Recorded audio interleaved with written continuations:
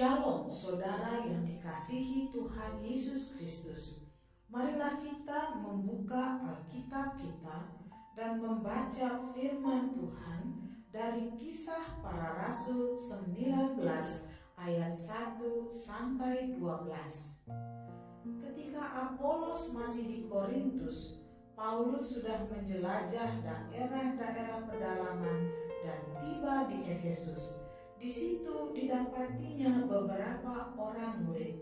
Katanya kepada mereka, "Sudahkah kamu menerima Roh Kudus ketika kamu menjadi percaya?" Akan tetapi mereka menjawab dia, "Belum, bahkan kami belum pernah mendengar bahwa ada Roh Kudus." Lalu kata Paulus kepada mereka, "Kalau begitu, dengan baptisan manakah kamu telah dibaptis?" Jawab mereka, "Dengan baptisan Yohanes." Kata Paulus, "Baptisan Yohanes adalah pembaptisan orang yang telah bertobat, dan ia berkata kepada orang banyak bahwa mereka harus percaya kepada Dia yang datang kemudian daripadanya, yaitu Yesus." Ketika mereka mendengar hal itu, mereka memberi diri mereka dibaptis dalam nama Tuhan Yesus. Dan ketika Paulus menumpangkan tangan di atas mereka, turunlah Roh Kudus ke atas mereka, dan mulailah mereka berkata-kata dalam bahasa roh dan bernubuat. Jumlah mereka adalah kira-kira 12 orang. Selama 3 bulan Paulus mengunjungi rumah ibadat di situ dan mengajar dengan berani. Oleh pemberitaannya, ia berusaha meyakinkan mereka tentang kerajaan Allah. Tetapi ada beberapa orang yang tegar hatinya. Mereka tidak mau diyakinkan, malahan mengumpat jalan Tuhan di depan orang banyak. Karena itu, Paulus meninggalkan mereka dan memisahkan murid-muridnya dari mereka, dan setiap hari berbicara di ruang kuliah Tiranus. Hal ini dilakukannya 2 tahun lamanya, sehingga semua penduduk Asia mendengar firman Tuhan, baik orang Yahudi maupun orang Yunani. Oleh Paulus, Allah mengadakan mujizat-mujizat yang luar biasa. Bahkan orang membawa sapu tangan atau kain yang pernah dipakai oleh Paulus dan meletakkannya atas orang-orang sakit. Maka lenyaplah penyakit mereka dan keluarlah roh-roh jahat. Amin. Ketika Rasul Paulus berada di Efesus, dia bertemu dengan 12 orang murid, yaitu orang yang percaya kepada Tuhan Yesus. Bagaimanakah mereka menjadi murid Tuhan Yesus? Tidaklah disebutkan dan tidaklah kita ketahui. Tetapi Rasul Paulus mendapati bahwa mereka belum menerima Roh Kudus. Rasul Paulus bertanya, "Dengan baptisan manakah mereka dibaptis?" Mereka menjawab, "Dengan baptisan Yohanes." Dan Rasul Paulus menjadi mengerti mengapa mereka belum menerima Roh Kudus.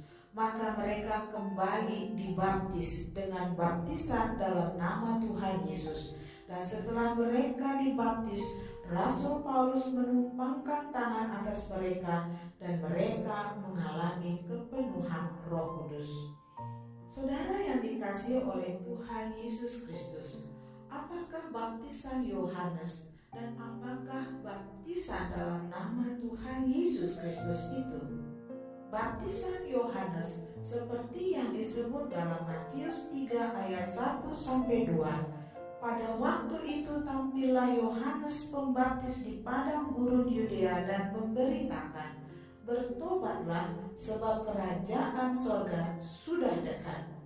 Dan baptisan dalam nama Tuhan Yesus seperti yang dituliskan dalam Kisah Para Rasul 2 ayat 38. Jawab Petrus kepada mereka, "Bertobatlah dan hendaklah kamu masing-masing memberi dirimu dibaptis dalam nama Yesus Kristus untuk pengampunan dosamu. Maka kamu akan menerima karunia Roh Kudus. Amin. Jelas di sini ada perbedaan bahwa baptisan Yohanes hanyalah sampai kepada bertobat dan percaya, sementara baptisan dalam nama Tuhan Yesus di dalamnya ada kuasa pengampunan dosa dan pemberian oleh Tuhan karunia Roh Kudus. Banyak orang yang salah mengerti bahwa baptisan dalam nama Tuhan Yesus adalah baptisan Roh Kudus dengan penumpangan tangan, sementara baptisan Yohanes adalah baptisan tanda pertobatan yang juga disebut dengan baptisan air atau baptisan selam. Tetapi apa yang kita pelajari dari firman Tuhan menunjukkan bahwa baik baptisan Yohanes maupun baptisan dalam nama Tuhan Yesus Kristus, keduanya dilakukan secara selam. Baptisan air secara selam. Saudara yang dikasihi oleh Tuhan Yesus Kristus, baptisan di dalam nama Tuhan Yesus adalah melengkapi dan menyempurnakan baptisan Yohanes. Karena itu, setiap orang yang memberi diri untuk dibaptis dalam nama Tuhan Yesus Kristus haruslah terlebih dahulu bertobat dan percaya kepada Tuhan Yesus Kristus. Itulah sebabnya mengapa Gereja Bethel Injil 10 Maladewa tidak mengakui adanya baptisan bayi, sebab bayi tidak mungkin dapat bertobat dan percaya. Saudara yang dikasihi oleh Tuhan Yesus, baptisan di dalam nama Tuhan Yesus adalah bentuknya baptisan air dan selam. Unsur baptisan yang penting yang harus memenuhi syarat baptisan adalah yang pertama air, yang kedua harus menunjukkan atau melambangkan kematian dan kebangkitan di dalam Tuhan Yesus sebagai gambaran ciptaan baru dalam Tuhan Yesus. Kita tidak mengakui baptisan percik karena di dalamnya tidak terlihat gambaran tentang kematian dan kebangkitan di dalam nama Tuhan Yesus Kristus. Saudaraku yang dikasihi oleh Tuhan Yesus Kristus, banyak orang bertanya, kalau demikian mereka yang dibaptis di dalam nama Tuhan Yesus secara percik sejak bayi, apakah tidak bisa masuk dalam kerajaan surga? Maka kita hanya bisa menjawab, bagian kita adalah mentaati apa yang difirmankan Tuhan tentang siapa yang masuk dalam kerajaan surga. Itu adalah rahasia Tuhan sendiri. Kita tidak bisa mengatakan bahwa seorang pasti masuk surga, seorang tidak bisa masuk surga. Tetapi ada firman yang menjadi petunjuknya. Dan firman Tuhan tentang baptisan telah jelas, yaitu baptisan dalam nama Tuhan Yesus Kristus yang berupa baptisan air secara selam. Saudara yang dikasihi oleh Tuhan Yesus Kristus, murid-murid itu tidak ragu untuk memberi diri mereka kembali dibaptis dalam nama Tuhan Yesus agar baptisan mereka menjadi sempurna. Dan itulah sebabnya ketika setelah selesai mereka dibaptis, Rasul Paulus menumpangkan tangan ke atas mereka, mereka mengalami kepenuhan Roh Kudus. Saudara yang dikasihi oleh Tuhan Yesus Kristus, kedatangan Rasul Paulus ke Efesus sesungguhnya memenuhi janji dia kepada orang-orang yang tinggal di Efesus, yaitu orang-orang yang ia temui di rumah ibadat di Efesus. Pada saat perjalanan Rasul Paulus dari Korintus menuju Antiokhia, dia singgah di Efesus dan meninggalkan Aquila dan Priscilla di sana. Dia datang ke rumah ibadat orang Yahudi dan mereka berbicara satu dengan yang lain tentang kebenaran Injil, tentang nubuat Tuhan Yesus yang ada di dalam kitab suci. Namun karena Rasul Paulus harus pergi ke Antiokhia, dia tidak bisa berlama-lama tinggal di sana. Setelah dari Antiokhia, dia kembali ke Efesus. Di sanalah dia kembali berbicara di rumah ibadat, berusaha meyakinkan banyak orang tentang kerajaan surga, yaitu keselamatan di dalam Tuhan Yesus Kristus. Rasul Paulus mengajarkan kepada orang-orang itu tentang firman Tuhan dengan gamblang, dengan benar, sehingga banyak orang yang diyakinkan dan menjadi percaya kepada Tuhan Yesus.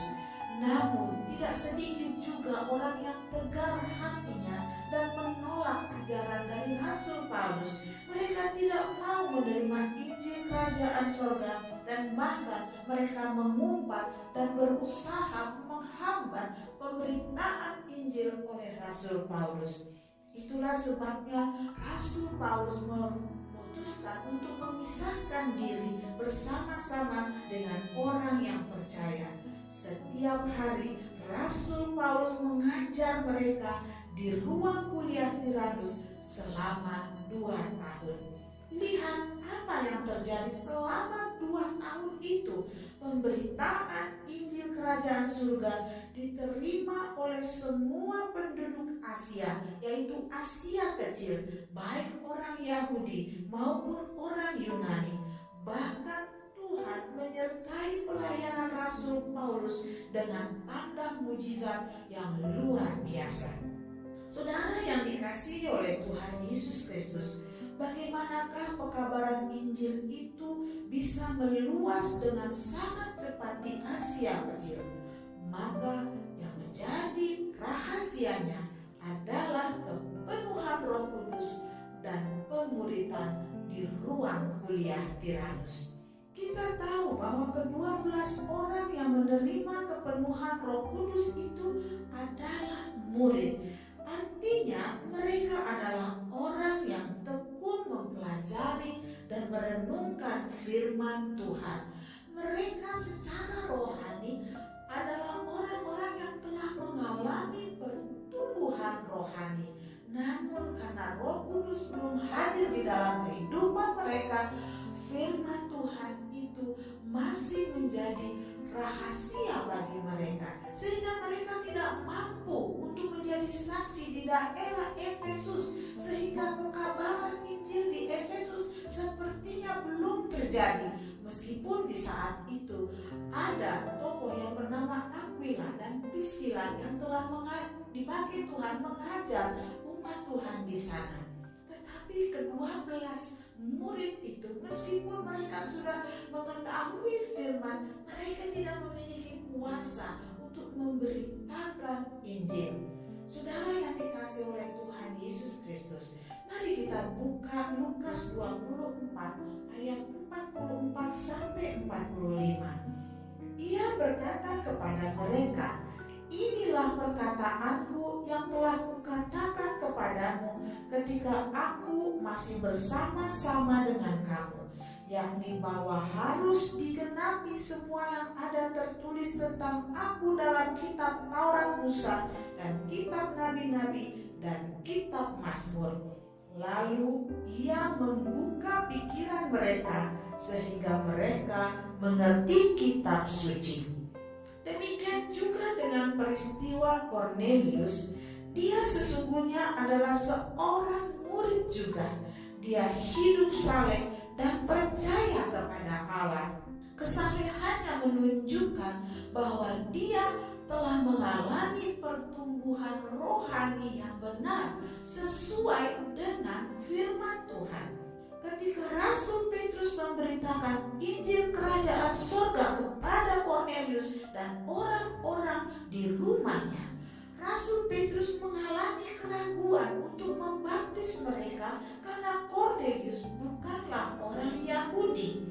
Tetapi Tuhan menunjukkan kuasa-Nya sehingga di hadapan para rasul, Cornelius dan orang-orang yang ada di situ mengalami kepenuhan Roh Kudus.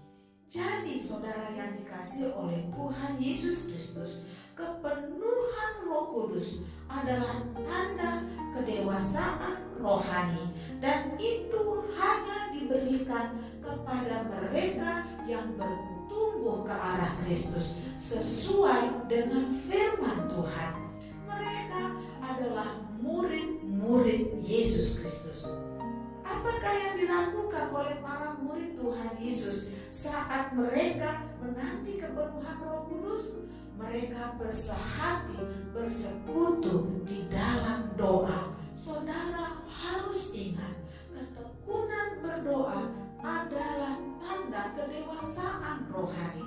Semakin kita giat, semakin kita tekun menjadi umat yang suka berdoa, maka di dalam rohani kita ada pertumbuhan menuju kepada kedewasaan rohani yang benar. Jadi pertumbuhan rohani menuju dewasa rohani itu adalah pemuritan, yaitu bertekun di dalam ajaran kebenaran firman Tuhan. Dan yang kedua, pemuritan bertekun di dalam doa.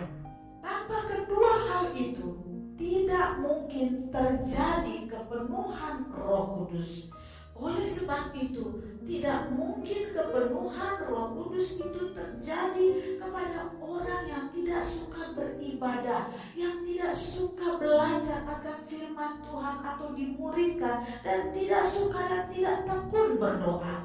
Kepenuhan Roh Kudus tidak sekonyong-konyong datang karena penumpangan tangan hamba Tuhan yang dikurangi, tetapi kepenuhan Roh Kudus pasti terjadi atas orang-orang yang mau dimuridkan dan bertumbuh menjadi dewasa rohani.